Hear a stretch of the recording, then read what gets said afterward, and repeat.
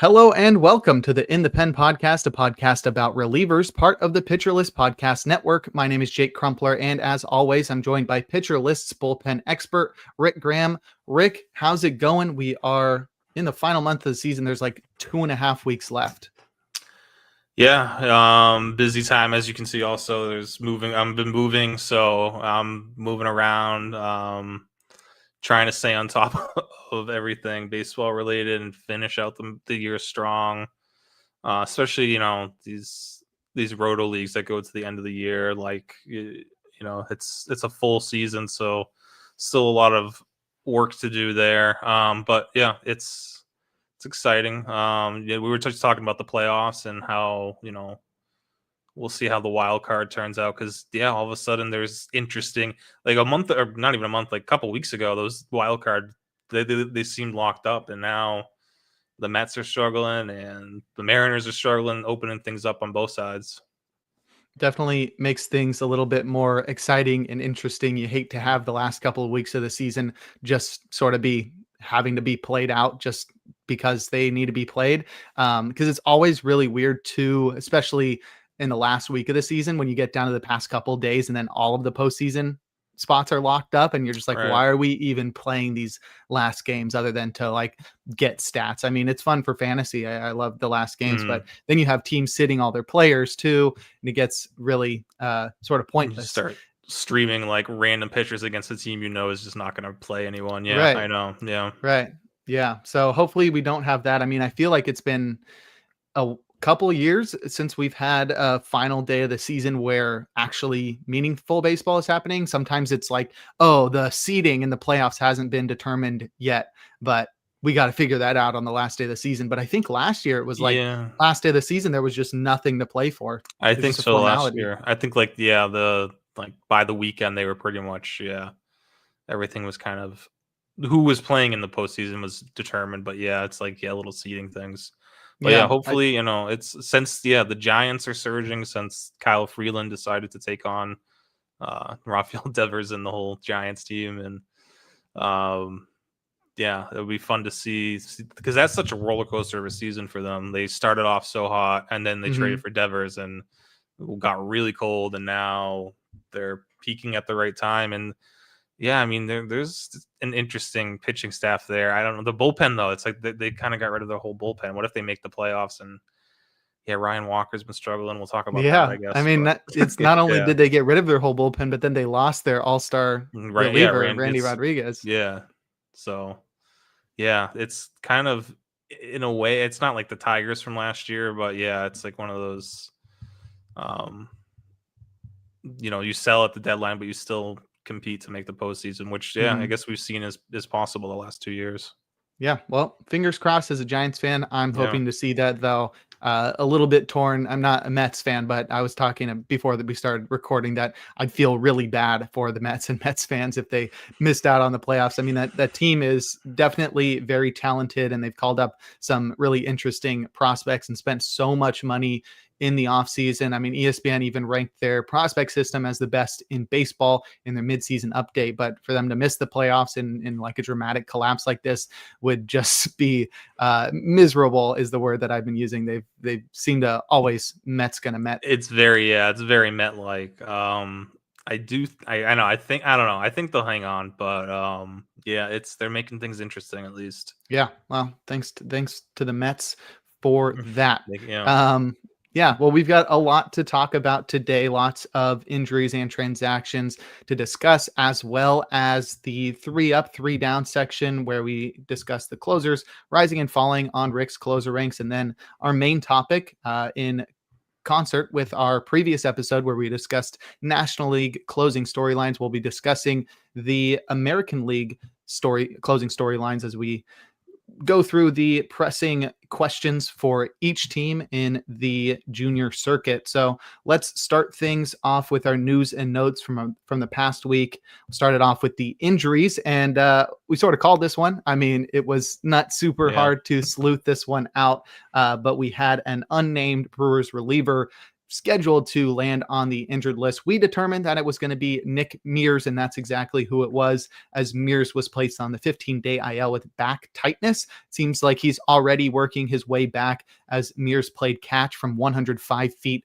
on Tuesday this week. Carlos Rodriguez was recalled from the minors in a corresponding move and then subsequently optioned back to the minors, as Grant Anderson returned from the 15-day IL after missing time with ankle tendonitis. And to make room for Anderson, Craig Yoho was optioned to the minors. And then just to wrap up Brewers news, Trevor McGill, who's been out with a flexor strain and has really sort of kicked off all this chaos in the Milwaukee bullpen, he threw a successful live batting practice session on Tuesday, so he's working his way back. But Mears to the IL, Grant Anderson back, Trevor McGill on his way back. How do you see the Brewers bullpen shaking out over the past couple, or the next couple weeks, the last couple weeks?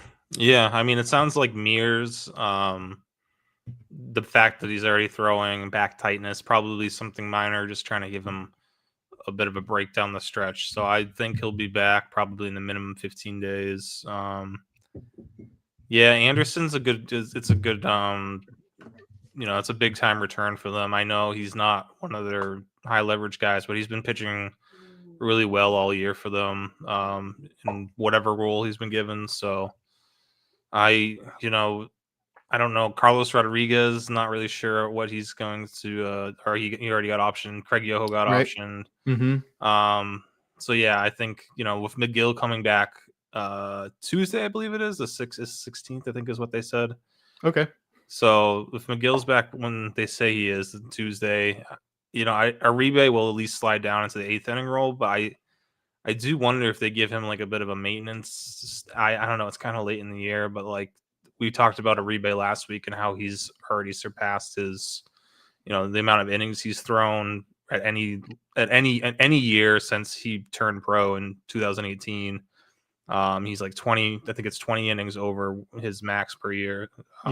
So yeah, something to keep an eye on. I mean, he hasn't pitched now, looking at it, he hasn't pitched since Friday. So they have been able to give him some time off here.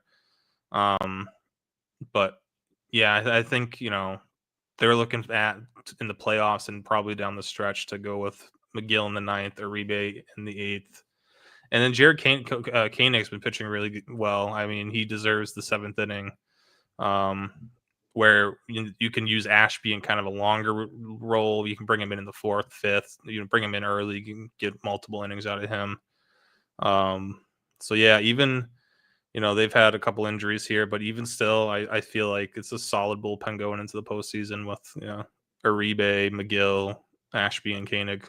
Mm-hmm. Anderson becomes super important in this bullpen. I mean, as things currently stand, he's got the 3rd most holds on the active bullpen. But with like Mears out and McGill out and Uribe, like you said, pitching so much this season, likely needing some rest, Grant Anderson becomes one of the most important players in that bullpen. And you figure even through the stretch and definitely over this weekend where they want to rest Uribe, they're still waiting on these other guys to return. He's going to be super integral because the other top options in that bullpen are southpaws in Koenig and Ashby, and the right-handed options they got aren't incredible. Like Tobias Myers isn't somebody you want to turn to in high leverage situations. So Grant Anderson, relatively unknown name, becomes very integral to the best team in baseball's bullpen. Yeah. All right. Next, we've got Caleb Ort, who was placed on the 15-day IL with elbow inflammation. The Astros said that the best case scenario for Ort is that he returns during the postseason, so he is done for the season. Colton Gordon was recalled from the minors in a corresponding move, and we haven't really discussed a lot of Caleb Ort this year, just sort of mentioned him in passing a lot, and we're not going to deep dive him or anything, but I think his absence in the Astros bullpen is a huge blow to a team that has dealt with tons of injuries and doesn't have a lot of right-handed options that they can trust, especially with Brian Abreu being locked into the closer role with Josh Hader on the injured list. So with Ort out, that sort of makes Craig Kimbrell the top right-handed option, maybe Eniel De Los Santos, who's that's not really the somebody you want to be trusting as your top right-handed reliever. Nothing against De Los Santos. It's just the drop-off that they have had from moving Abreu up to that closer role and then having the next best right-handed reliever be Eniel De Los Santos, who was like a free agent most recently. Though I do have some intrigue with AJ Bluebaugh. I think that's who it was. Yeah. He's pitched really well this year, a converted starter. So he may be back in the rotation next year, but he's found so much success out of the bullpen this year with a strikeout rate north of 30% and some really good PLV metrics on his fastball and sweeper. Yeah, and he's able to give them some length. He's been, going 40 plus pitches last couple times out. But yeah, I know Kimbrel's now their top right-handed setup man, and it's not like he's pitching terribly. It's 33.3% strikeout rate. It's small sample size, but yeah, I'm curious. I haven't looked into like what's working for Kimbrel because the velo's down. Is it 93 miles per hour? But even still, I mean, there's if he's able to command his fastball, obviously, but if he's also able to command his curveball, get that over for a strike early in counts, that's always been the key to his success, I feel. So, he might be able to live with that diminished velo at like this, but I mean, yeah, I'll trust him over Aniel and De Los Santos, who's been bouncing around teams. There's talent there, there's upside there, but it's there just hasn't been consistency, which explains why he's been on multiple teams this year. But yeah, I know Ort's someone I was excited about going into the season, and then he started off with I think it was an elbow injury too. I think that's what kept him out for the first couple weeks, or it might have been months. But yeah, now another elbow injury. I mean, he had his best year with Houston last year. So yeah, it is kind of and he was pitching better, so it is kind of like you said, he's from right-handed standpoint. It's kind of a sneaky big loss for them, and just anyone in that bullpen at this point, they keep losing guys. If they lose anyone else, it becomes a big loss. So, yeah, they're really going to have to tighten things up and shorten things in the postseason. I think probably going to just rely on 3 or maybe 4 guys, depending on Hader's health, come postseason. So, if they can, get Hader back, they should be fine in the postseason. But yeah, just finishing out the year, because the AL West is now kind of wide open. The Rangers making a push. All of a sudden, Mariners are obviously in it too, and the Astros haven't done anything to put both of them away. So, it's they should have a postseason spot. But yeah, just getting through the regular season still is going to be a grind with what they have left in that bullpen. Totally, yeah. Next, we've got Kyle Finnegan, who was placed on the 15-day IL with an adductor strain. The move was made retroactive to September 1st, which means Kyle Finnegan will be eligible to return early next week. I think the repercussions to the Tigers bullpen are pretty obvious, as Will Vest just shifts back into the role that he had previously. Obviously, he's still the quote-unquote high leverage arm there, but he will be getting the majority, if not all, of the save opportunities in Detroit. It does beg the question, what happens when Kyle Finnegan returns, and if that injury sort of prevents him from being the Kyle Finnegan we've seen since the deadline, where he's finally become somewhat interesting, especially from our watchful eye, our very critical eye when it comes to Kyle Finnegan. Yeah, I think that it sounds like at least he's playing it off as something minor, and he hopes to be back by the postseason. But yeah, I mean, players always, will typically say the more positive prognosis or outlook. Unless you're like Anthony Rendon. Yeah, I stubbed my toe, man. I'm probably done for the season. Yeah, just give me my paycheck. I'm done. But yeah, I mean, it is tough timing too, because Vest he's been fine, but he hasn't been as dominant in the second half. Or at least when Finnegan came over, Finnegan's been the better of the two. But I do wonder, because I'm not totally sold that Vest is just going to be the sole closer the way that AJ Hinch loves to play things. So I wonder, Paul Sewald should be back at some point. I don't know if it's this weekend or early next week. I wonder if Sewald, if he gets back, especially before Finnegan, I wonder if he can factor into the saves mix. That seems like a guy that AJ Hinch would probably trust in that type of role. Well, Canely's still there, especially if they want to do some sort of platoon, because Canely's so change of focus that he's, somebody who has reverse splits. And Tyler Holton still around. I know he was huge to the Tigers' success out of their bullpen last postseason. Yeah, he'll mix. I mean, he got a hold yesterday. I think he started today or tomorrow, and yeah, he'll do everything for them. So, I guess Troy Melton's a guy to keep an eye on. He's starter, turn reliever, but he's stretched out, so he's still throwing multiple innings at a time. But there's there's as far as upside goes, that's one of the better arms in that bullpen. Can get it up to the high upper 90s. But yeah, I just Paul Sewald coming back just feels like a guy who they're just going to throw right into a closer committee with Will Vest potentially. Yeah, that would make sense. I mean, Sewald has looked fine when he's pitched this year. He just has rarely pitched, throwing just 15 1/3 innings this season. So hopefully the Tigers can get some reinforcements. Next, we've got Jordan Hicks, who was placed on the 15-day IL with shoulder tendonitis. He has mightily struggled. I mean, he wasn't great with the Giants, but he's been even worse with the Red Sox since the trade of Rafael Devers, pitching to an 8.20 ERA and a 1.98 whip. I can't tell which of those numbers is worse, an 8 ERA or a whip nearing 2. I'm honestly inclined to side with the whip. You rarely see it that high, especially over the sample size that he's had. He struck out like nobody either, 15.5% strikeout rate with a 12% walk rate. Not much to talk about here in terms of fantasy relevancy when it comes to Hicks, but definitely notable. I mean, we do have a Red Sox fan on the podcast as well, so wanted to get your opinion on the Jordan Hicks IL placement. Yeah, I mean, I don't know what they do with him because this contract's not exactly team friendly moving forward. Nope. They were hoping, like I said, I think the hope was that he could slot in as the closer next year. Not But anymore. they brought Chapman back for a reason, and now,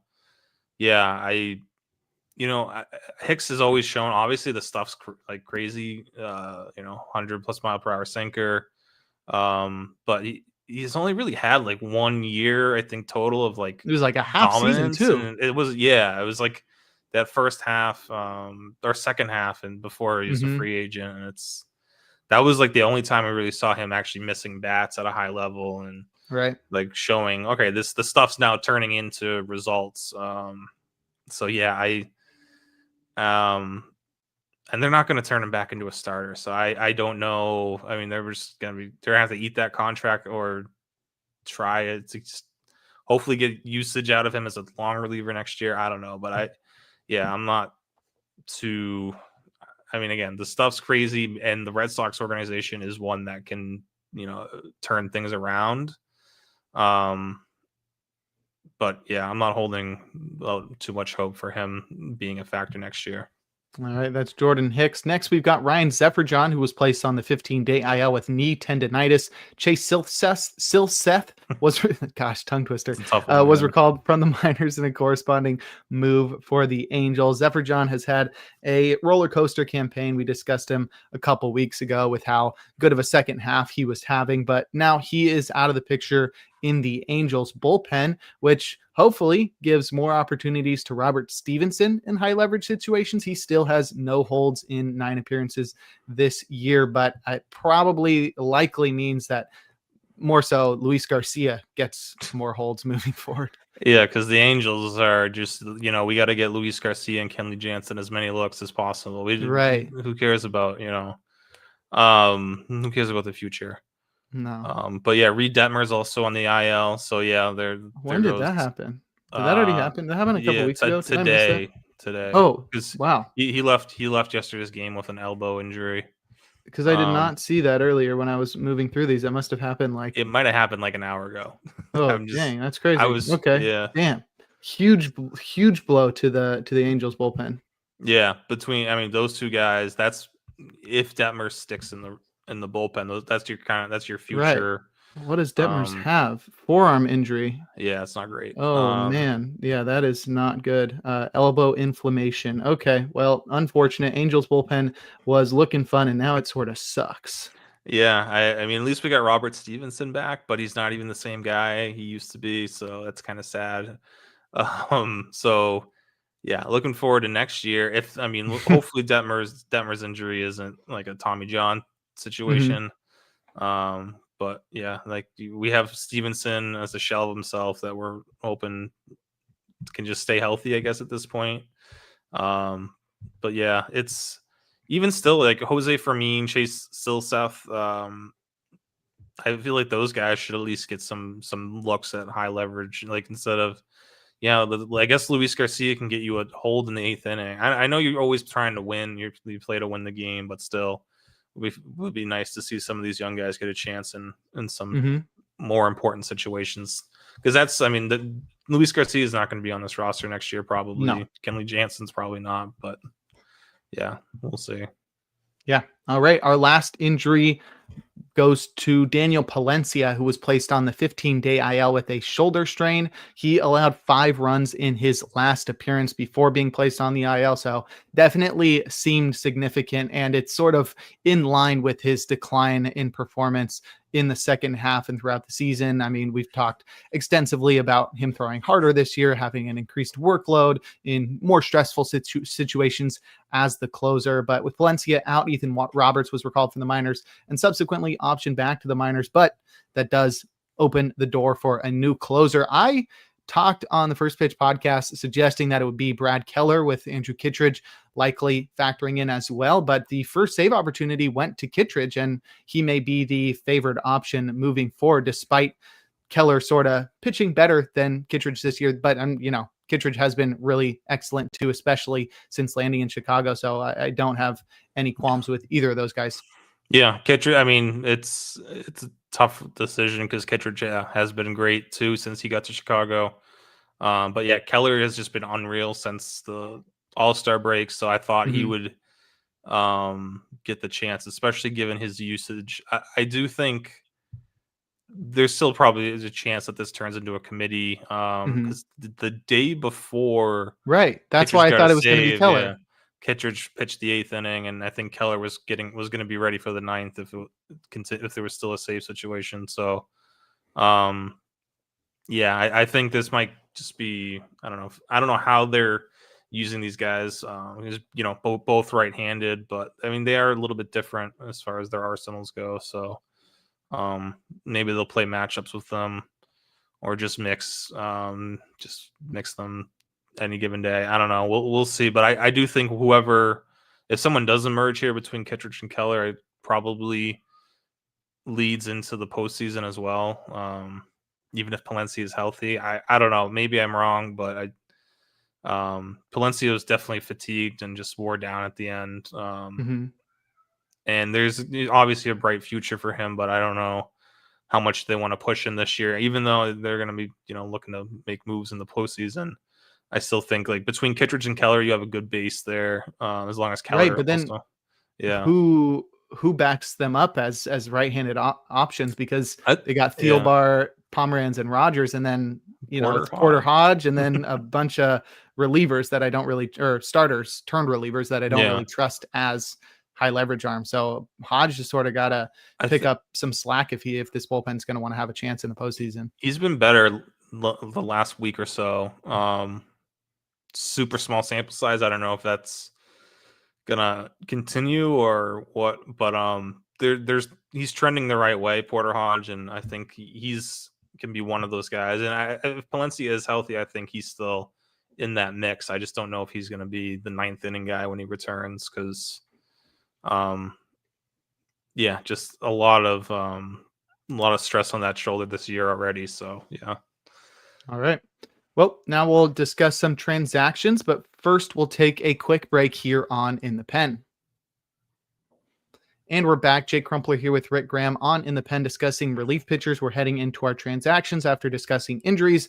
We'll keep this one quick as Braden Fisher was recalled from the minors. Dylan Tate was optioned back to the minors. Fisher was surprisingly optioned to the minors, and I think maybe they were just giving him a little bit of a break in the minors amid a very impressive rookie campaign, but he's back and has been not as spectacular as he was in the first half, but definitely provides length and depth to this Blue Jays bullpen.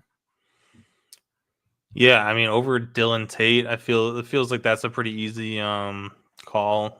I think it was, they wanted to give him some rest, some more controlled rest down in AAA, and he also, he hasn't been pitching as great lately. again, we've talked about him a lot because the numbers are eye popping, but it's, again, I don't know if the fastball is good enough to keep him. He's kind of just a 2-trick pony with his 2 breaking balls and no fastball. So it's an interesting, approach, but yeah, we'll see. There's definitely room, especially in that bullpen that does have a lot of big fastballs. I feel like there's a it can work with Fisher being kind of an opposite of Varland and Sir Anthony Dominguez and Jeff Hoffman. But yeah, I don't know. I don't think he's probably a guy they leave off the postseason roster at the end of the day. I don't know. Maybe they figure he can be a matchup based guy because of his breaking stuff. But yeah, he's someone more to look forward in deeper dynasties at this point. All right, that's Braden Fisher. Next, we've got Reid Garrett, who was activated from the 15-day IL after missing time with elbow inflammation. Wander Suero and Kevin Herget were optioned to the minors in corresponding moves, but Garrett's return is pretty essential to a bullpen that hasn't figured out what's wrong with Ryan Helsley yet. So I think Garrett's going to be integral to shoring up the right-handed side of that bullpen. He has not been spectacular in the second half after a really great first half. It's very parallel to his breakout campaign, which I think was last year. But Garrett back in the Mets bullpen and should be a lock for at least a few holds down the stretch. Yeah. Everyone else in that bullpen is kind of struggling at the moment. Helsley's not someone that can trust right now. Neither is Gregory Soto, I think. So yeah, Garrett should probably fit into that secondary setup role behind like Tyler Rogers and Edwin Diaz as the closer. So yeah, it's good timing for Garrett to get back, and he should be an okay holds option down the stretch. Next, we've got Alexis Diaz, who was claimed off waivers from the Dodgers by the Braves and then subsequently recalled from the minors. John Brebbia was designated for assignment in a corresponding move. Somewhat interesting. There's no fantasy implications here with Alexis Diaz. He's not going to be closing for the Braves anytime soon. But former all-star closer switching teams for the second time this season, worth at least mentioning.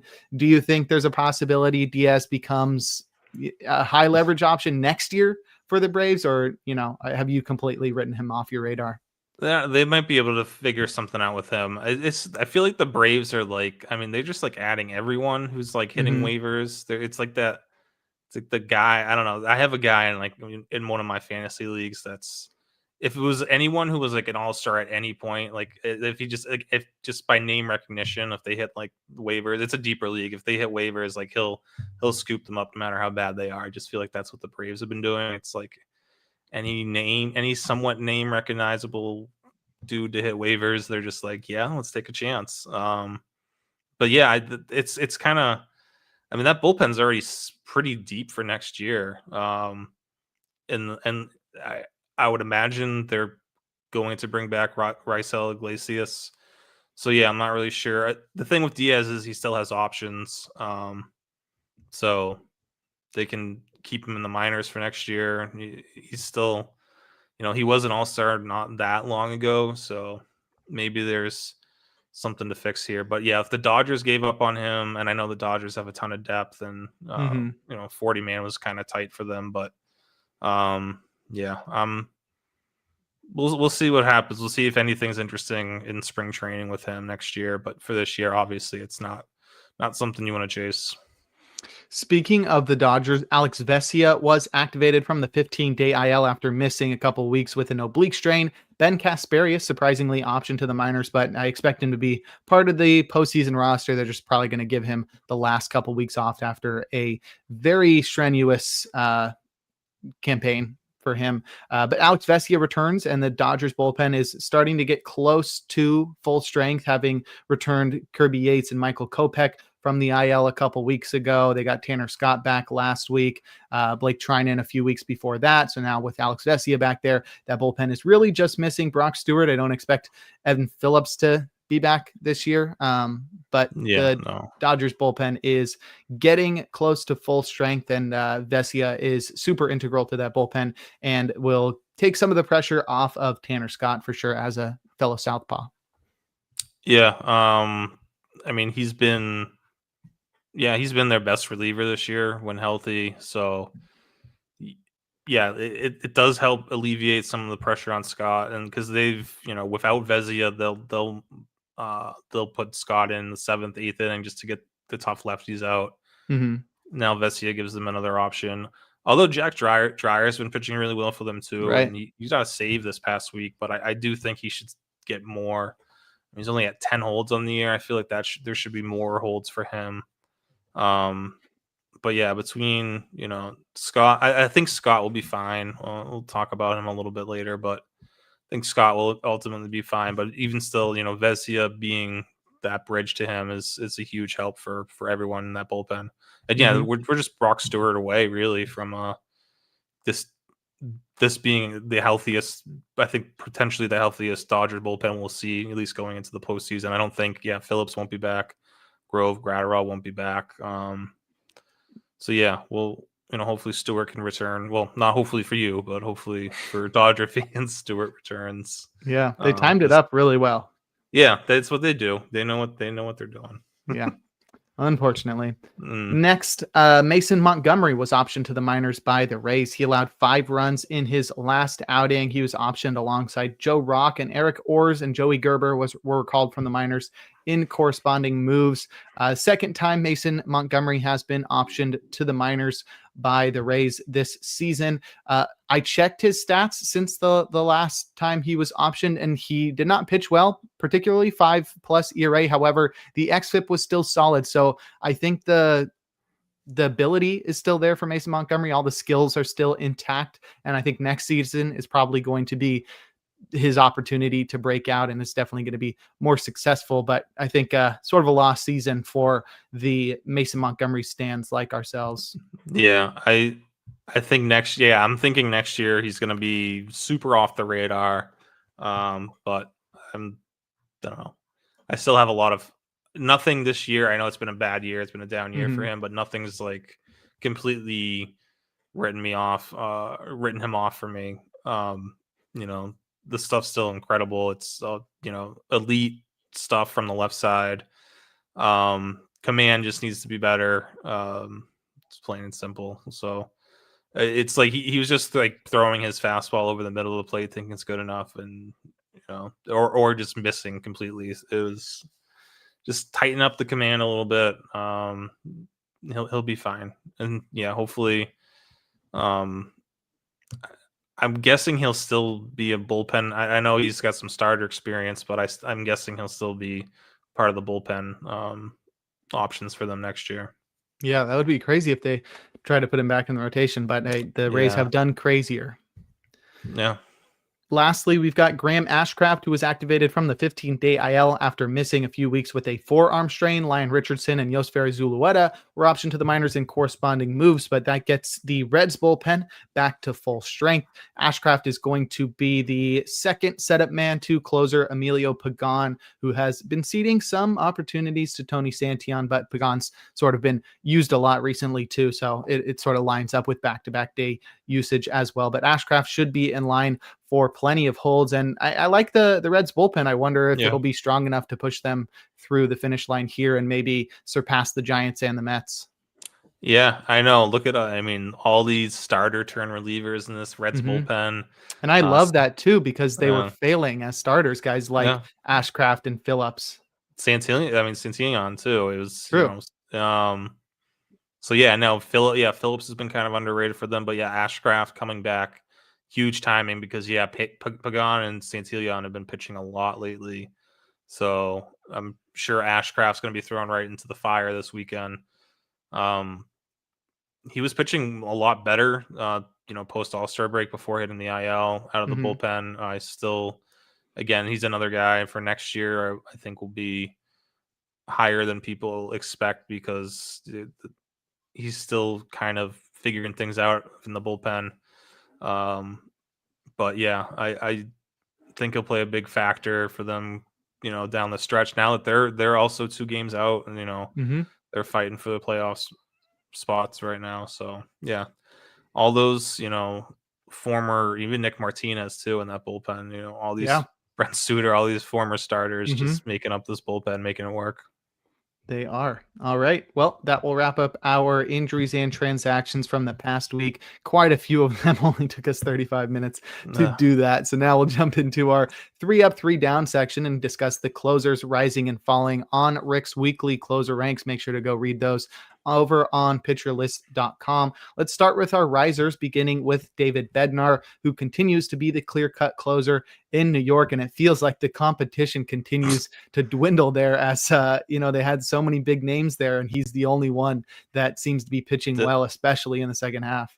Yeah, I mean, going through the Yankees bullpen over the past week. Oh man, Bednar is the only one who kind of survived. So, that's obviously a factor here. I think, Devin Williams, we can write out him ever returning to that role for New York.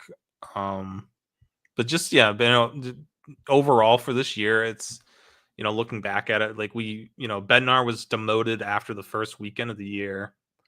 Didn't come back until there was a couple weeks. It was like late April he comes back, and now he's still 74th overall player in standard Yahoo leagues after all that. So, I was able to scoop him up in a couple leagues. And then, I did drop him when he was traded because I thought Devin Williams had a pretty good hold on the closer role there. But still, I mean, just everyone wrote him off after the first weekend of the year, and now he's going to be plus value from where he wasn't drafted inside the top 100 anywhere. So like he's going to be a plus value player at the end of the day, which is crazy to think for a guy that, you don't see that with closers. Like sometimes position players or starters will get demoted early in the season and come back. But with like relievers, with closers, I mean, I can't remember a time a closer was demoted the first week of the year and then kind of came back and had a good season. I'm probably missing someone, but yeah, I mean, it feels like it doesn't happen often. Yeah, nothing comes to the top of my head in that regard.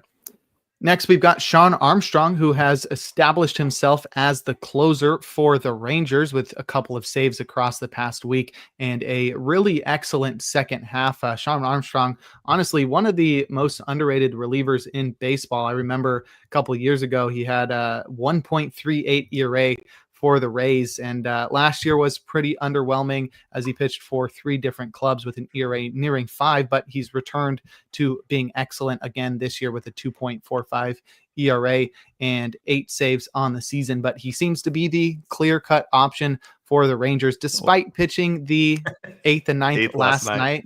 He got 4 outs across the 8th and the 9th, so maybe more so the high leverage option, but definitely the highest rated reliever in that bullpen amongst fantasy people and amongst Bruce Bochy. That whole trio at the back end between Armstrong, Garcia, and Matone right now are really, peaking at the right moment. They're all pitching well. Matone got the save last night, but I just think with Shawn Armstrong, and even I know he's been pitching well pretty much all season, and it's like he's one of those guys. I'm like I never really bought into it, and but there are significant changes he's made. He's changed his pitch mix. He's throwing basically 4 pitches 25% of the time. Sweepers taking a big step forward for him. So there are real changes here. I think I don't think he's a drive line. I think he's a tread guy. I think I saw Tread posting about him.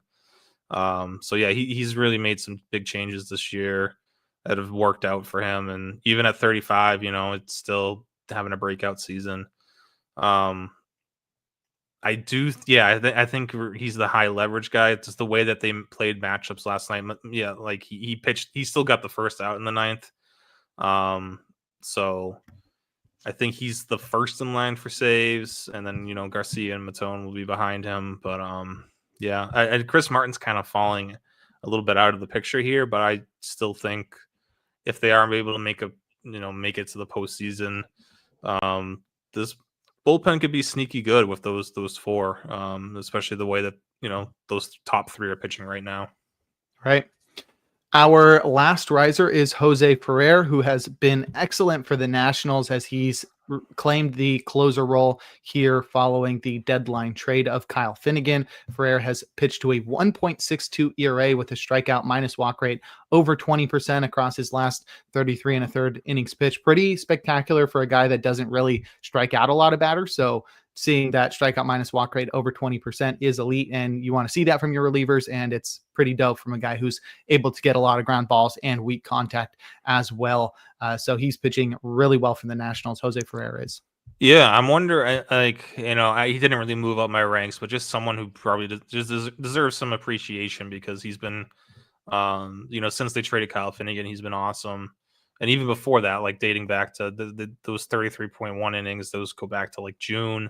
So he's been, he's finally he was been unlucky for the last like year, and then now luck's starting to be back on his side. So he's one of those guys, like, I wonder where, it's never too early, I guess, to look towards next season, but like, what's Ferrar's value for next year? I'm really interested to see how people feel about him because even that strikeout rate being low, I mean, he doesn't walk anyone, which is obviously a plus, but I think with his stuff's better than that strikeout rate shows.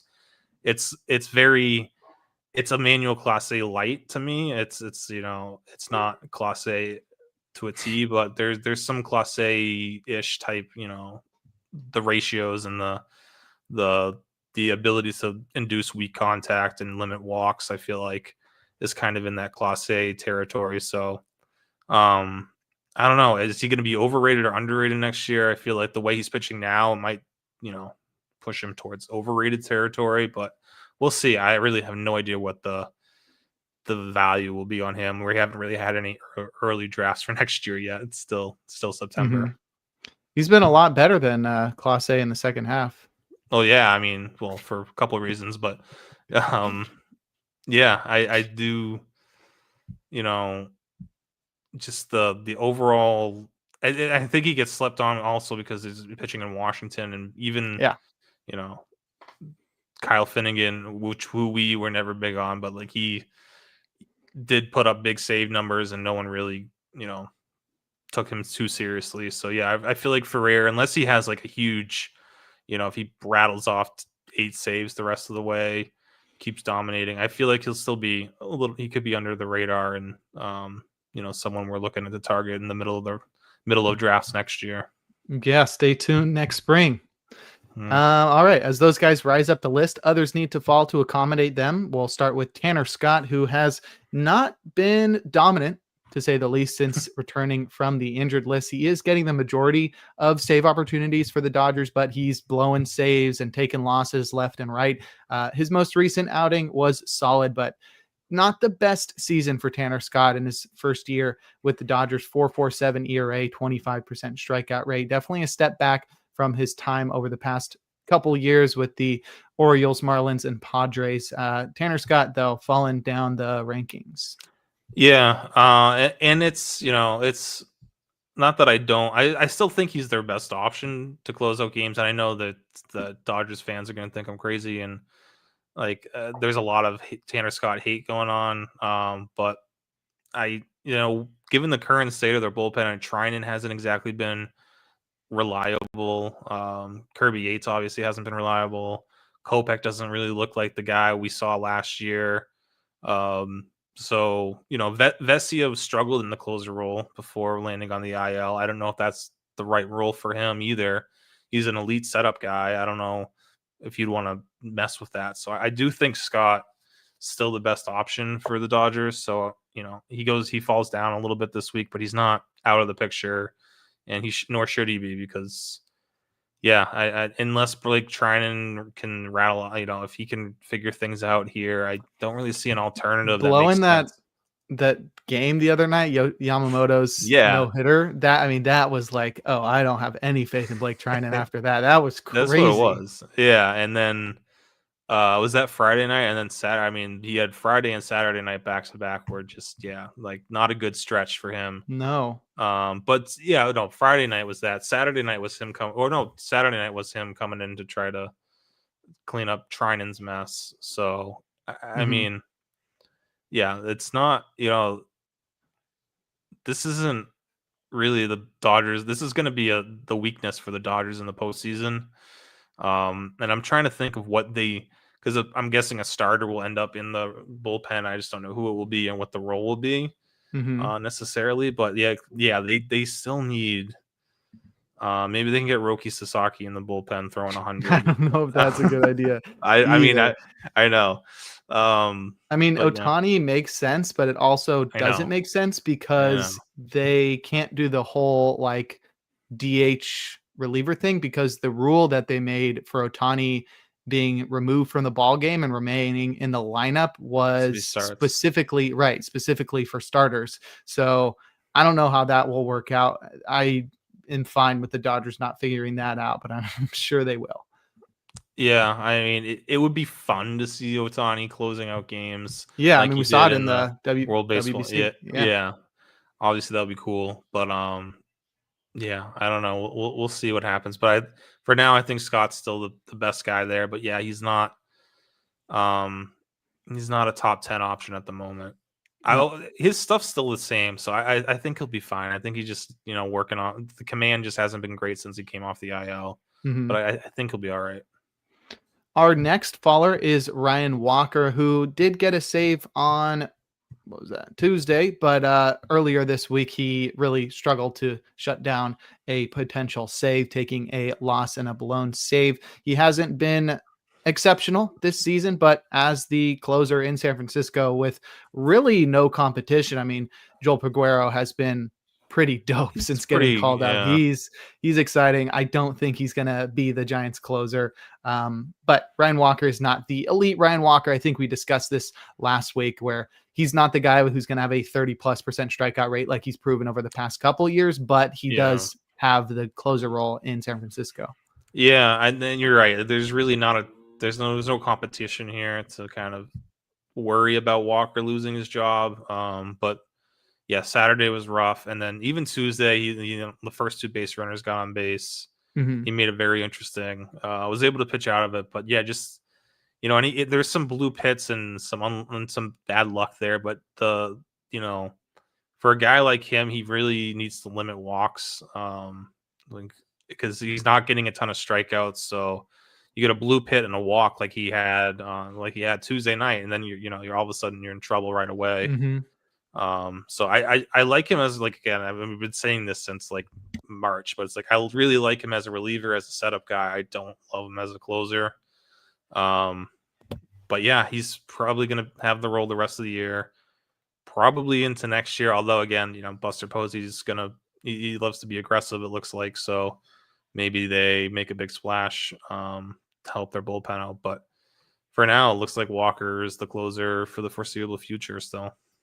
All right. And our last faller is Abner Uribe, who not only, as we discussed at length earlier in the podcast, is at pretty much his, the end of his rope in terms of how much he's pitched this season, as in comparison to how much he's pitched throughout his professional career. But also Trevor McGill is due back early next week. So Abner Uribe is somebody that if you have him on your fantasy team in a saves only league, he's trending towards being droppable. Ultimately, he is one of the best relievers in baseball, so he may be worth rostering outside of that. But considering the Brewers are going to take it easy on him, probably limit his usage down the stretch, he may be somebody that's worth dropping once McGill returns. Yeah, I feel like, especially if you're in leagues where like Sunday, you have your Fab run on Sunday, he's probably someone you can get away with dropping this week. At least benching. Or yeah. And I'm trying to look at the count. I mean, he's only got 3 saves since McGill hit the IL, which it's not his fault, but it's just, I think we were all hoping for a little bit more saves from him over the last couple of weeks, but he only had one rough outing. That hasn't really hurt you anyway, so he looks fine. I mean, stuff still looks fine, but yeah, McGill coming back on Tuesday. Uribe hasn't done anything to he would have had to have done a lot to even be in consideration to keep that role. But yeah, there's no chance Uribe is keeping that role over McGill. All right. Well, that will wrap up our 3 up, 3 down section. To recap, our risers were David Bednar, Shawn Armstrong, and Jose Ferrar, and our fallers were Tanner Scott, Ryan Walker, and Abner Uribe. Next, we'll head into our main topic, discussing American League storylines. But first, we'll take another break here on In the Pen. And we're back. Jake Crumpler here with Rick Graham on In the Pen, discussing relief pitchers. I'll do the obligatory. I don't think we've ever gotten to say this, but I think we're going to go a little long on this one. There you go.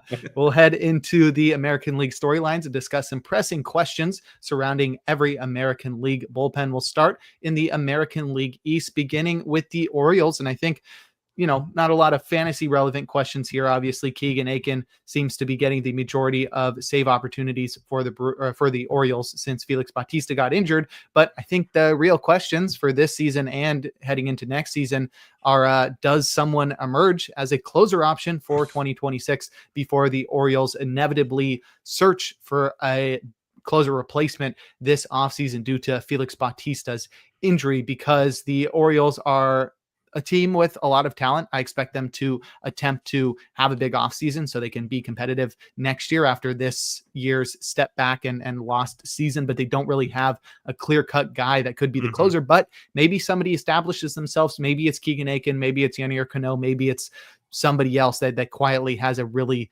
good last few weeks here for the Orioles that sort of puts their name in the closer ring. Yeah, I mean, Cano's been pitching better, a little bit better. It's not great, but I don't know. Their closer for 2026 shouldn't be someone that's on the roster right now. Right. But you just look at it like their bullpen right now. It's all these guys with no options left that they've plucked off waivers from teams. Is there anyone interesting in that group? I mean, Sean Dubin's been pitching really well for them. I don't.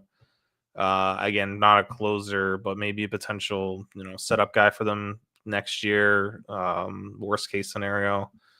Same with Rico Garcia is kind of interesting too. He's been bounced around a couple teams.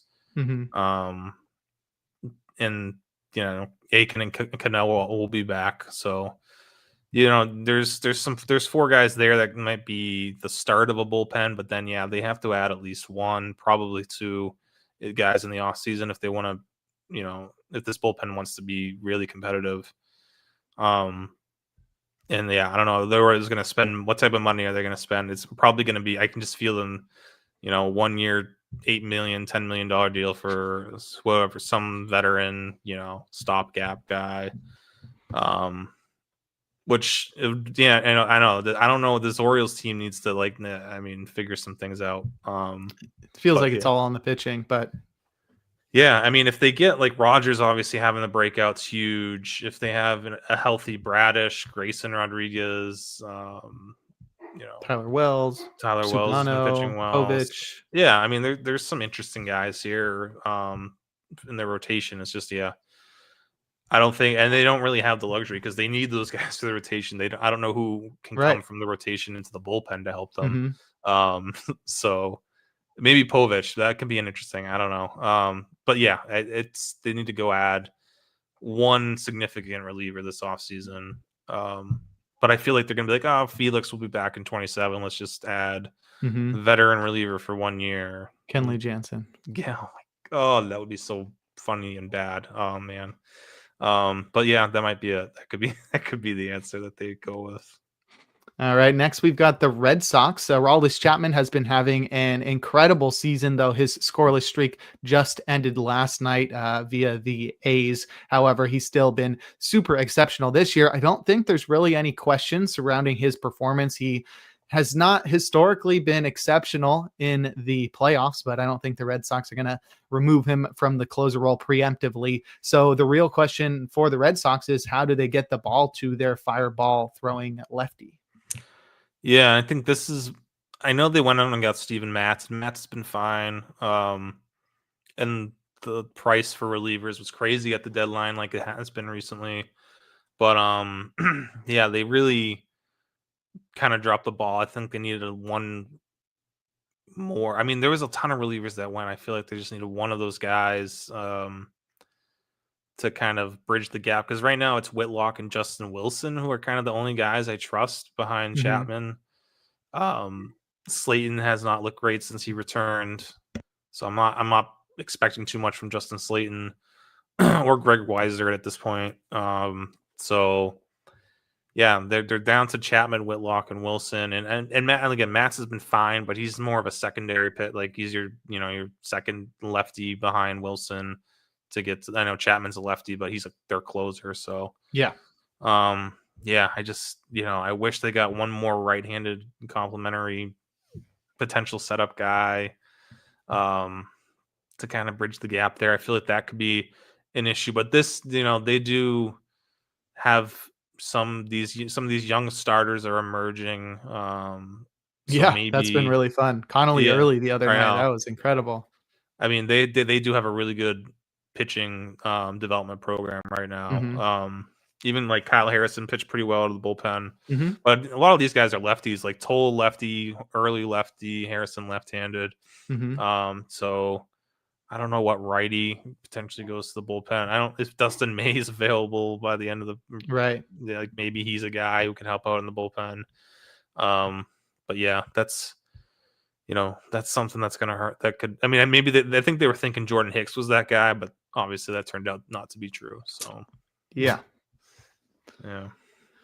All right, next we'll discuss the New York Yankees, and I think David Bednar has pretty obviously established himself as the closer for the Yankees. I don't think there's going to be any question about that in the playoffs, but then how do the Yankees get the ball to him? Pretty similar question to the Red Sox, but there's a lot of big names here, and so that sort of is a different factor that you have from the Red Sox, where the Yankees sort of have to balance not only having a lot of options heading into the ninth inning, but also sort of balancing egos and making sure everybody gets the ball and gets the ball in the right situations. Because with so many good options like Mark Leiter Jr., Camilo Doval, Tim Hill, Fernando Cruz, Devin Williams, and Luke Weaver all setting up David Bednar, it's going to be important that Boone determines the best order of using those guys in the postseason and like when they should be used. Do you throw Devin Williams in high leverage situations so that he has like adrenaline sort of helping himself, or is that too risky? Do you throw him when they're losing by 2 and then you can still have an elite reliever going in there to keep the game close, where you don't have to then use your other guys that you'd like to trust with a lead? So it will be interesting to see how they use these guys. How do you think it shakes out? What do you think the order is behind David Bednar? I know. I mean, I don't know who really can be trusted at this point. I know, and they've used Bednar in like 1 2/3 inning. They've used them in multiple inning stints. I wonder if that's the answer in the postseason. Yikes! Get all these big names just to use your closer just all the time. I mean, so I'm not trusting Doval at all. So I think the top 4: Bednar, Weaver, Williams, and Cruz. Mm-hmm. I think that's kind of the order I would go. I think Weaver's still probably your 8th inning guy, Williams your 7th inning guy, Cruz your 6th inning guy. And then Doval can be in some sort of 5th inning mop up duty if Tim Hill getting lefties occasionally. Mm-hmm. But yeah, I mean, I would really like to see Weaver pitch better. I mean, obviously all these guys, Devin Williams and Cruz, pitched a little bit better going into the postseason, but at least Bednar's been good. And that's, that was one of the, I thought Bednar might have, because again, like Devin Williams struggles in New York. I mean, it's not, people go to New York and they struggle. It's not for everyone. Mm-hmm. But yeah, Bednar's handled it really well. And he's looking like he'll be their closer heading into next season too, because they still have 1 year of control with him. So mm-hmm. yeah, there's still some it's a pretty positive outlook for the Yankees now, because heading into the trade deadline they had no relievers coming back for next year except for like Fernando Cruz. So right. At least they have Bednar and Doval coming back for next year. Yeah, I mean, the outlook for the postseason is not as rosy as I expected it to be, because I remember how insane we were about what this bullpen looked like, all the names they had. I mean, even getting guys like Jake Bird and sending him to the minors. But I mean, they sort of haven't really looked as good as advertised. And I'm a little bit concerned now. It sort of seems like it could be a detriment to the team having all these guys. And I felt sort of stupid when we did those power rankings, and I sort of put the Yankees down at like 5th or something based on previous performance and how much I thought the bullpen would improve based off these guys. And I think that was sort of prescient. I think it was pretty spot on, suggesting that the Yankees, they have all these names, but they really need to perform to be the number one bullpen in baseball, and they have not performed. Yeah, they need to. I don't know what's going to help them. Maybe they need set roles. Maybe it's just like, I don't know what it's going to take, but they're obviously like, you know, next, like one day from now, this could turn out. I mean, these guys could all flip, like turn things around. Right, the stuff's still there. This turns into the best bullpen in baseball. It could happen really quick with them. So, they still have time to get it ready and get it right for the postseason. Because like Devin Williams is if Devin Williams is the Devin Williams of old, pitching in the 7th inning. You get Luke Weaver from last year pitching in the 8th inning, and Bednar the way he's pitching now. Like there's a lot of upside here, obviously. So for sure. But yeah, we'll see. They need to figure something out. I don't know what it is. I don't think it's totally mismanagement, but there's obviously something that needs to be figured out there. Right. Next, we've got the Rays, and I think we're looking forward to next season for the Rays, as they're pretty far out of the postseason race. But it will be interesting to see how they treat Pete Fairbanks. I think next year's his last year of team control. So do they trade him over the offseason? Do they try to continue to capitalize on his good health as he survived a whole season without going on the injured list, and trade him at next year's deadline? But then I think the real question outside of like what they do with Fairbanks is who establishes themselves as the clear successor, because we discussed Mason Montgomery earlier, but Edwin Uceta has sort of appeared to be the next man up for the closer role. But they did acquire Griffin Jax at the deadline, and there's plenty of other options if the Rays want to go some other path to allow their better relievers to pitch in high leverage. They can have somebody like Brian Baker be the closer, and if they get some more lefties, maybe Garrett Clevenger is the closer. So who do you think is the successor to Fairbanks, and what do you think they're going to do with Fairbanks? Yeah, I think if they get the right offer, they'll move him, but I get they'll pick up the option. I think there's a fairly good chance he stays in Tampa, but if he doesn't, I feel like Uceta deserves the first chance. I know they like using him in different spots and multiple inning situations, but he's been so dominant down in the second half here. I think he's the best option between him and Baker being the two righties, because I do think Griffin Jax. I don't know. I just feel like Griffin Jax is going to end up in the rotation. If Jax doesn't. I think he opened the game was yesterday. Yeah, Montgomery and Jackson, the 2026 Rays rotation. Yeah, we didn't see. I know those two guys pitching first 2 innings, and I know he's just opening it, but like I don't know. I feel like that's kind of how things started with like Drew Rasmussen going back to the rotation. It starts with 1 inning, and then they just they'll work him. Maybe they'll give him 2 innings of a start this year, and then next offseason they'll have him stretch out, get ready to start. So if Jax isn't in the rotation, I think he's got to be the closer if Fairbanks isn't there, even with how well Uceta's pitched. It's partially like a veteran thing, I guess, but just I feel like Jax is. I know he's been, it's been a tough year for Griffin Jax, but it's hard to deny the metrics, and it's clear pretty much that he's just been super unlucky this year. So yeah, if he stays in the bullpen, he should be the closer. If not, I think Uceta gets the first chance. All right. Next, we've got the Blue Jays, and Jeff Hoffman has been the closer for the Blue Jays all year. He's sort of struggled. I mean, definitely been a little bit unlucky. His home run to fly ball rate is pretty off the charts, but he does have 30 saves and a 30% strikeout rate, but 4.76 ERA, direct result of all those home runs. There is something to be said, though, and I think the question here revolves around Hoffman maintaining the role, especially as the Blue Jays enter the playoffs ahead of the Yankees and Red Sox in the AL East. They have so many options in that bullpen, and with at least Sir Anthony Dominguez with closer experience, I don't think that it's likely that Hoffman would lose the closer role, but it's certainly worth asking that if Hoffman continues to struggle with serving up long balls, do the Blue Jays look elsewhere? And if so, who do they look at? Yeah, it's crazy that he's allowed 9 home runs the past 2 seasons, and he's already at 15 this year. Wow.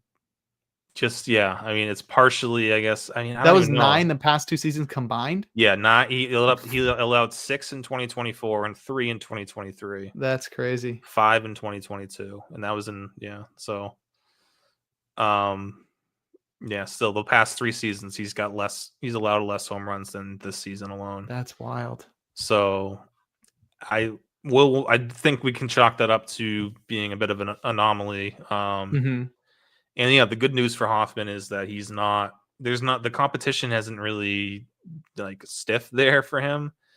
Sir Anthony Dominguez is probably he's probably the best option if someone were to take over. But he hasn't been lighting it up for them. He hasn't been dominate. So Yariel Rodriguez isn't really, I don't think he's a closer. And really the only other guy is like Louis Varland, but he's been terrible for them. So yeah, I think Hoffman, by just the fact that there's not much else here to really push him, I think he's pretty safe. But yeah, it's getting really dicey because the last couple weeks have been tough for him. And yeah, you wish they had Yimi Garcia still, because that would be that could be a guy who could have taken this role. Yeah, for real. All right, now we'll head into the AL Central and start off with the White Sox, and not much prospects for the White Sox in terms of being competitive for the rest of this season. So we'll turn our focus into next season and discuss Jordan Leisure, who has looked really strong in the second half. We discussed him a couple podcasts ago, and he continues to get the majority of opportunities in the 9th inning for the White Sox. It was honestly a really disappointing debut campaign last year for Leisure because he looked so dominant in the minor leagues, and it looked like he was going to get the opportunity. Yeah, spring training too. It looked like he was going to get the opportunity last year to be the White Sox closer and just be the closer of the future. And he really struggled. The biggest surprise was like the strikeouts weren't there. That was like his big thing was oh, he's going to walk too many guys, but at least he'll punch out a bunch of guys. Nope, didn't strike out anybody. And then this year they're back, strikeout rate over 30%, obviously even better in the second half. So do you think Jordan Leisure has established himself, or do you think he'll need a hot finish here to be the clear-cut closer for the White Sox in 26? This is kind of like, I feel this is kind of like the Marlins situation where it's like a guy has emerged that should be your closer. He might be a little young, a little inexperienced, but Jordan Leisure, Ronnie Henriquez, like those two guys should be just let them give them a set role and see what they can do with it. I know that's like these newer managers don't want to do that. But I don't know. To me, pretty much every playoff team has a set closer. Like a lot of these good teams have set closers. It's you don't have to just give Mike Vassell a save. Just I don't know, for the hell of it, or Grant Taylor's the only other guy that could really push Leisure in my mind. But the funny thing is that Vassell is younger than Leisure. That is true. He's by almost 2 years. I know. But he's a solid middle relief piece, right? But let Leisure take that role, and there's a couple of reasons why I feel.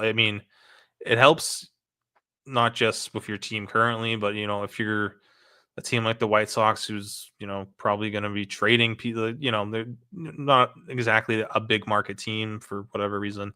Well, we know the reasons, but Jordan Leisure could at least be a good, if he has a good year and a half closing out games, now you have a nice trade chip for you if things go south in 2027, 28. Instead of, just, I don't know, Grant Taylor, again, he's the only other guy here, but we talked about him probably moving into rotation. Right. So Chris Sale style. Yeah. Garrett Crochet. Right. Classic White Sox move, and then trade him to the Red Sox. Are you excited for Grant Taylor on the 2028 Red Sox? I'm really excited for Grant Taylor in 29 when we trade some guy in single A right now for him. But yeah, Right. I think Leisure, I mean, he's been like a top 10 reliever over the past like month. He deserves to be the closer. Mm-hmm. Someone I'm still going to take a chance on in drafts because I don't think he's not going to have a ton of saves by the end of the year. I don't think, and he'll probably get slept on a little bit. So Mm-hmm. definitely a name to keep an eye on for next year. Agreed. Next, we've got the Guardians, where Emmanuel Clase was the closer and was like the premier closer in baseball. Now he's sort of fallen off the map with the whole gambling on games situation, and it looks like his season is over. I think the question now is his career over? Obviously, we have to wait for the punishment that the league levies down on Class A before making a final determination on that. But I mean, what would be your best guess in terms of Class A's career prospects? And then in regards to that, if Class A's career is over, does Cade Smith close for the Guardians for the next few years? Is he just, locked into that closer role for the next few years because he sort of established himself pretty quickly as the premier closer in Cleveland and has been the closer since Class A's been out. But I wouldn't expect the Guardians to go spending money on a reliever this offseason, especially with Emmanuel Clase still on the books. Yeah, that's how I'm kind of reading it as like I'm not really sure what happens with Class A. I don't think he's pitching next year. So I think Cade Smith is the closer for the foreseeable future for Cleveland. And like you said, Class A, they owe him $6.4 million next year, and then he's got 2 team options, which that's lucky for them. yeah, Those looked so good they'll last year. decline. I know they'll decline. Yeah, I know $10 million for Emmanuel Class A for back-to-back years. Last year looked really good. Yeah. But they'll either decline that or maybe some team will trade for it. I don't know. We'll see what happens with Class A, but yeah, it's looking pretty bleak for his career outlook. Unfortunately. So yeah, I'm planning on Cade Smith being the closer there for the next 4 or 5 years, or whenever they trade him. But yeah, and Smith's had a little bit of a rocky second half, but he seems like he's righted the ship here. So yeah, I think, and again, Cleveland's starting to make they're still making like some noise as far as being a playoffs team and getting into that wild card spot. So, but yeah, Cade Smith has, 3 saves in 4 days this past week. He's been used so often. He pitched 3 days in a row and then took 1 day off and then pitched again. 4 days, last year 5 too. days. 4 games in 5 days. I know that's how the Guardians roll. That's I hope it's something Cade Smith can deal with, because they are not a lot of teams will throw their closer 4 days or 4 games in 5 days. Yeah. So yeah, but we'll see. I think if Cade Smith's healthy, he's a top 12. He's an RP1 for most teams. Cool. Next, we've got the Tigers, and we discussed them a little bit as we talked about Kyle Finnegan being placed on the IL earlier in the podcast. He is expected to return before the start of the postseason. So the question revolves around his competition for the closer role with Will Vest. I think I know what your answer is going to be, but do you think one of Will Vest or Kyle Finnegan establishes themselves as the closer in the postseason, or do you think it's going to be a continuation of what AJ Hinch has done throughout his time as the Tigers manager? Yeah, I think if they're both, I think if it's if Finnegan's pitching like he did before the injury, I think they're going to just keep kind of playing matchups and splitting the role. It looks like they're giving Finnegan the hard, like the toughest part of the lineup, which he had earned because he's been pitching better than Vest. So, yeah, I think we'll see all sorts of. They're just going to play matchups in the postseason. But yeah, I'm hoping to see Vest. Vest's been fine, but just like not as dominant as he was early in the season. So maybe we can get him, if they can get him going, getting him dominating like he was earlier in the season. that could change things. But yeah, I think if Finnegan comes back healthy, he's probably going to be their top high leverage guy. He's going to get their highest leverage, innings. Which I know he pitched really well, but that's still would scare me as a Tiger fan. Definitely.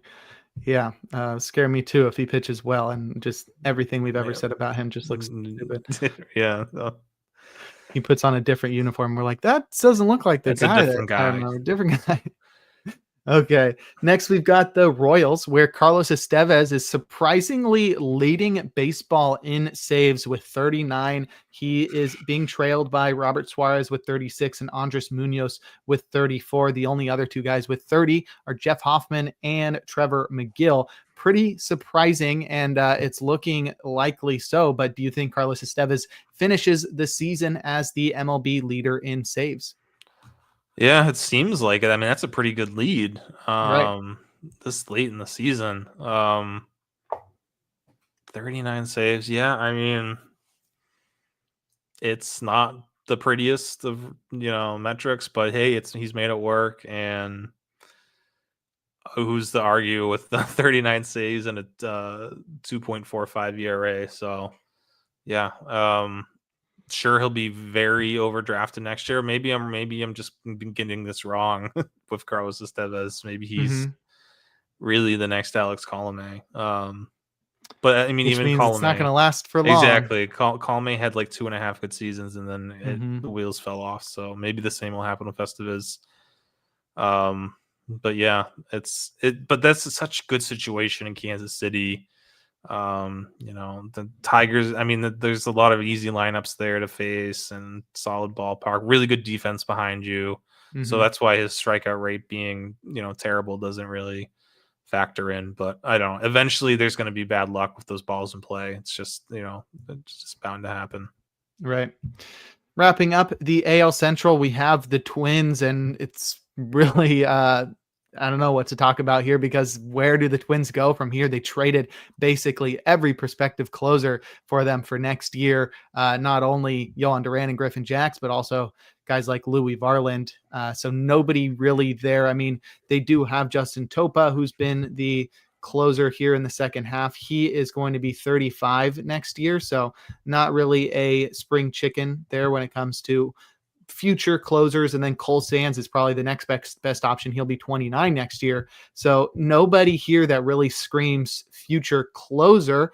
And with the Twins as a franchise headed towards rebuilding or retooling, I don't really expect them to go out and get a big name closer. Maybe they're the team that goes and gets Kenley Jansen next year, or somebody like that, a stopgap guy that they can trade at the deadline. But where do you think the Twins go from here? What do you think they do to retool a bullpen that looks completely depleted? Yeah, I don't know. Yeah, I don't know what their plan is moving forward, because they still have some win now pieces, and then but the rest, like this bullpen, is just not win now bullpenny. So Right. I mean, Cole Sands has been pitching really well lately. Cole Sands is legit. He's a guy that they can rely on in some sort of role at the end of games. I wonder, so if they do hold on to that rotation with Lopez and Ryan and Ober, which seems unlikely, but maybe those three guys are still back. I feel like now we can look at maybe like a Taj Bradley or McAble maybe being like in the closer mix or in the late inning mix as relievers. One of those younger I don't starters. like that. Huh? I don't dislike it, because I don't think they're going to be good in the bullpen. I just think, why would you trade such big prospects or whatever you traded for those guys to go and reduce their value by pitching them out of the bullpen, especially guys like Abel and Bradley, who have already proven they can handle big league workloads and pitch as starters. I'm just thinking, like, if this rotation's already got those the top of Lopez, Ryan, and Ober, and then Zebby Matthews is probably in it, and possibly Matt Festa as well. David Festa. Or David Festa, yeah. So with that, rotation's already a little tight. And yeah, it's probably not getting the best return on your value, but if you turn Yohan Duran into if Mick Abel's like a legit closer, then all of a sudden, like, you just got like 2 extra years of having a really good closer potentially. But again, there's a lot of I mean, I'd rather see Abel and Bradley figure things out in the rotation. Of course. But yeah, I do feel like one of these, that's it again, if they keep, and they'll probably move at least one of those 3 in the top, maybe more. But if they do keep him, I feel like there's, one of these starters is going to turn into a reliever, probably a high leverage reliever. And then, they'll probably add something in free agency, but I don't, maybe like a Kenley Jansen, like a 1-year stopgap, probably nothing long term. Right. Okay, now we'll head into our last division, the American League West, and start with the A's, who are very similarly in a situation that the Twins are in, where they traded their closer. There's not really many prospects for the future. They do have a lot of starters, and there's not going to be enough room for all of them in the rotation. Most of them are guys who have sort of failed to establish themselves in the majors or were big trade returns in recent Ace trades that haven't really maintained their prospect pedigree as they've moved through the A's system. But they do have some guys that I am interested in, guys like Eduardo Nunez. I mean, Michel Otanez is still there, though he's going to be 29 next year. Plenty of guys that I think could sort of figure it out, but nobody that really stands out as a potential closer. I think like Luis Morales would be a dope closer for the A's, but he's been so good as a starter. There's no way they're going to shift him to the bullpen. But you know, who knows? It could be Jack Perkins, could be Joey Estes. I don't know. Do you have any inkling as how this A's bullpen might shake out next year? Yeah, I think Elvis Alvarado's got some really good stuff. There's potential there too. They have some big time arms. It's just, finding what role fits them best, I guess. Like you said, Jack Perkins is another one, as well as the guys in AAA, Fotonez and Eduardo Nunez. Even like Justin Sterner is starting to pitch well. Like that was a guy that was kind of a little bit of hype around Sterner heading into the season and really struggled to begin with, but he's been a lot better lately. So he's definitely on the radar for them next year. So they went out and signed Jose Leclerc. That didn't work out. Did they try? Did they try it again? Did they go after a veteran reliever again? Yeah. I'm guessing. They'll probably add at least one. How big of an impact they have, who knows? This might be a place where, like, if Kenley Jansen wants to continue his career, keep getting saves, there's definitely a chance for him to close out games next year. For them. So, I don't know. It's a lot of question marks, but there is talent there. It's just I don't know where the pieces are going to land yet. But there are names to keep an eye on. So something to look in spring, unless they make a clear cut like signing at closer. Something to keep an eye on when we get into the winter and then spring training, because there could be someone emerging here that has fantasy value for next year. All right. Next, we've got the Houston Astros, who have been without Josh Hader for a while. The question there is, when does Josh Hader return? The last update we got was like late August, and it said once he's cleared to start pitching again, he's going to need 3 weeks to ramp up. Now there's less than 3 weeks left in the season. So if he's going to return, it's going to be in the postseason. It's not going to be during the season. And which postseason series he's able to return to is a big question. I mean, the Astros seem to always make the championship series, so Hader probably has some time to return. But without Hader, this bullpen is completely depleted. We discussed it a little bit with the injury to Caleb Ort. And what are they going to do here? I mean, you can't really go into the postseason trusting Craig Kimbrell in the 7th inning, or, having Brian King and Steven Oker be your top setup options. Nothing against those guys. They just haven't been the dominant arms they were in the first half. And even Brian Abreu hasn't been what we thought he'd be as the closer. So what was once a clear strength for a team that was dealing with injuries to the rotation and the lineup has now become a sore spot for the Astros. Yeah. I know. I feel like they're like you said, they do advance. they love to advance to the ALCS, but I don't know if that happens this year. No. The way things are trending, and they don't. It's like, we look at like moving a starter into the bullpen for the postseason. They don't have the luxury of that right now because their rotations, like after Brown and Framber, it's you're relying on Jason Alexander and Christian Javier, who's been pitching better, I guess. But I think they're just gonna have to rely. I can't think of any other outside the box. Lance McCullers. Yeah, I guess. Maybe it's it's not great, but I mean, we're thinking outside the box. Yeah, sure. I know. If he can return in that role, maybe. But yeah, I think King and Okert are fine. As far as your lefties go, it's just getting the ball to Abreu hasn't pitched well as a closer. I'm not sure if it's the role or if it's maybe he could be dealing with something. He's probably fatigued as well. So yeah, things aren't going great for the Astros.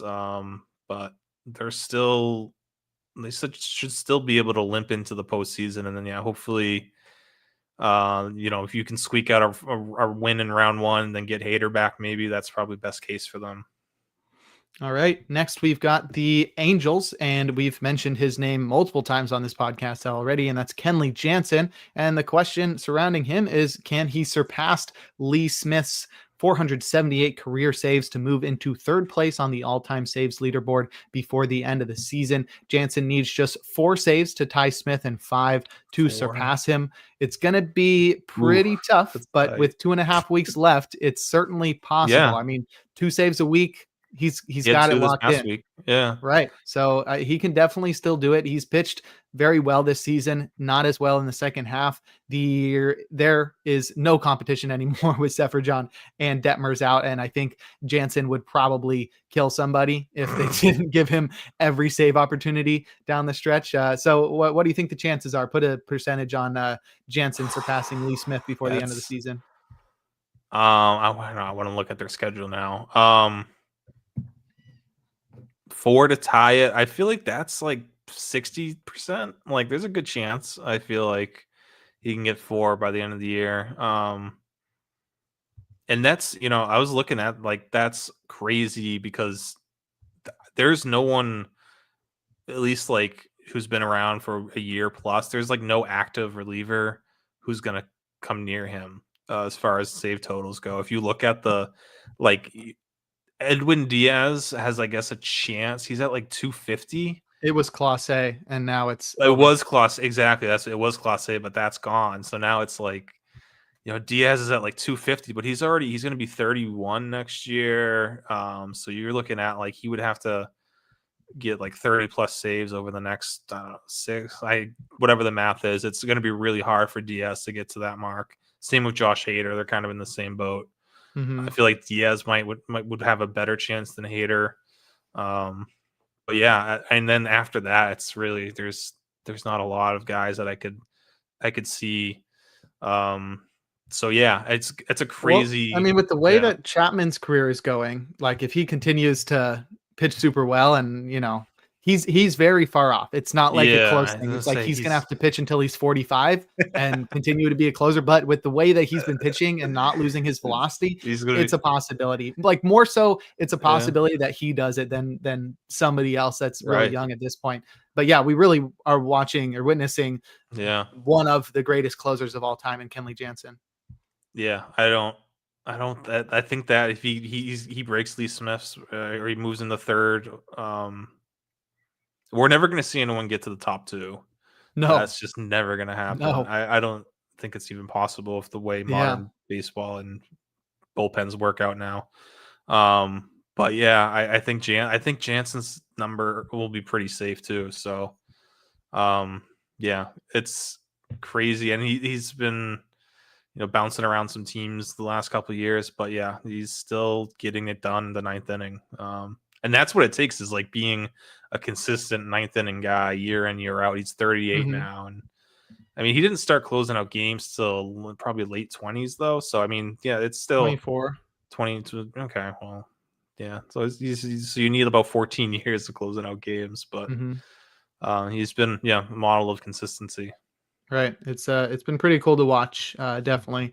I know he was a Dodgers guy, but he was so good with the Dodgers, especially that one year where he had like a 1.32 ERA and the strikeout minus walk was like 40%. Just he's had some crazy seasons. Definitely not the pitcher he once was, but still cool to see him find success. And it's always fun to watch a baseball legend while they're still active. Next, we've got the Seattle Mariners, and Andres Munoz has not really been great here in the second half. He had an exceptional first half and then sort of stopped getting a lot of save opportunities and hasn't pitched as well. The overall season numbers are still spectacular for Munoz, but he does have a whip of 1.40 since August 1st and a strikeout minus walk rate of just 16%. And meanwhile, his top competition, setup man Matt Brash, has been really good since returning from the injured list. Not only does he have a 1.73 ERA on the season, but since August 1st, he's got a strikeout minus walk rate nearing 30%. Yeah, I wonder, like, I guess as a different manager we're talking about here, but they've when Brash was healthy, the limited time we've seen Brash and Munoz healthy in the past, they would be willing to use Brash in the 9th, Munoz in the 8th. So I wonder, with Munoz trending down, Brash trending up right now, if there is any chance that you see like them flip flop as we head towards the postseason. I mean, they're still in the last wild card spot. They're fighting to keep that last wild card spot. And I don't think switching Brash and Munoz makes a huge difference necessarily. Right. I don't know. That's not going to be the difference maker, but maybe something that I don't know, kind of lights a fire under them or something. The way Brash has been pitching lately, he's just been the better pitcher of the two. But again, as far as Munoz goes, I'm not like terribly concerned. But yeah, the second half hasn't been. It's not the Andres Munoz we're used to seeing. I mean, that 16% K minus walk is. I don't think he's ever had a stretch this long that's been like this poor for him. So it's not exactly peaking at the right time. Well, Brash at least has been striking out guys more lately because when he came back, Brash was not allowing runs, but he was not missing bats, and now he's starting to miss bats again. That strikeout rate's looking like it was pre-injury for him. So I don't know. Those two guys are just kind of going different directions, and I wonder if there is a point where they would consider Brash over Munoz for closer duties. Yeah, I think it would have to be if Munoz starts to struggle because the results have still been solid. Yeah, the ERA still. I know he's fighting through the traffic and whatnot, but yeah, we'll see. I mean, hopefully, I do want to see that Mariners team in the postseason because after the moves they made, I think they'll be a really fun team to watch in October. So hopefully, I am rooting for them to pull it off here and hold on to that wild card spot. All right, and our last team we have is the Texas Rangers. We talked about them briefly when we discussed Shawn Armstrong on our 3 Up 3 Down section earlier, but he has really ascended and taken over the closer role in Texas. So I think the question here, especially if they make the postseason, is what's the hierarchy out of Texas? Is Armstrong the closer, or is he high leverage arm, allowing sort of Phil Maton and Robert Garcia platooning in the 9th inning? And then where does it shake out before those guys? Are Chris Martin, Cole Winn, Hobie Milner, Jacob Webb the top setup guys? Which order do those guys go in? What do you think this shakes out as in Texas? Yeah, I feel like this year has been a little bit different, a different approach we're seeing from like Bruce Bochy, because usually I feel like in the past he's been like, I want like my closer, I want a guy to take that role. He's almost always had like one set closer, even if it changes throughout the year. There's been a guy, and now it's this year it's been more, I'm sure there's a push from the front office and whatnot to play matchups a little bit more, especially with the guys they have there. But yeah, I feel like Armstrong still is like we talked about, like the high leverage guy for them, and then Garcia and Matone fill in around him. And if Chris Martin's pitching well, I'm sure he'll factor into some holes as well. But like, yeah, like if they can, I mean, they're making a really strong push, obviously, for the postseason as well. And I think if they do get in, I do like I like their setup with, the top 4 they have in that bullpen. It's not, there isn't one elite option there, but there's not like, it's like the Red Sox have Chapman, and then it's Whitlock solid, and then it's like, all right, Justin Wilson what's he gonna do in the postseason? I think having that strong foundation of having 4 relievers in the playoffs is a huge difference maker. Definitely will be stronger than the bullpens they've had in the past couple of years. I know. That's what I think. Even they had Chapman that one year when they won the World Series. Yeah, Chapman, who struggled in the postseason. Yeah. They Spores definitely got a deep bullpen. Yeah, Spores was dope, and then he just never pitched again. Yeah, officially ruled out for the year, by the way. Right. But oof, that sucks. Look forward. Oh, and they should get Danny Coulomb back too. So I mean, that bullpen's gonna get even stronger. Yeah. So yeah, I know like Hobie Milner has really struggled lately, but there's between him and Coulomb, you have another lefty to pair of Garcia. So yeah, they should be a really good matchup based bullpen in the postseason. So I think that's kind of what we're going to see. It's kind of similar-ish to Detroit, where a lot of good relievers, matchup based. You just really aren't going to be able to predict who's going to get the 9th prior to like the 7th inning. Like the 7th inning, you might have an idea, but before then, you probably won't.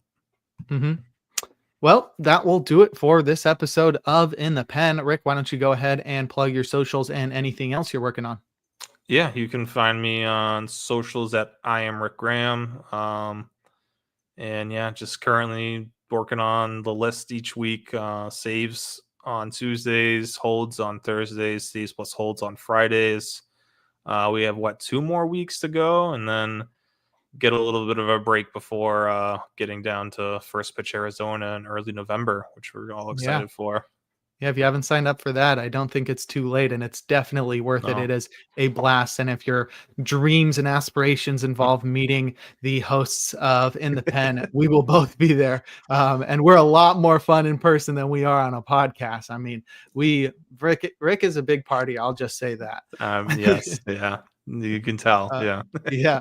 You can follow me on socials at Jake Crumpler. You can follow the pod at In the Pen Pod. You can find all of my work at crumplerbaseball.com, and you can catch me on the First Pitch podcast Monday through Thursday and find more of my work at baseballhq.com. But that will do it for this episode 136 of the In the Pen podcast. We'll talk to you all next week.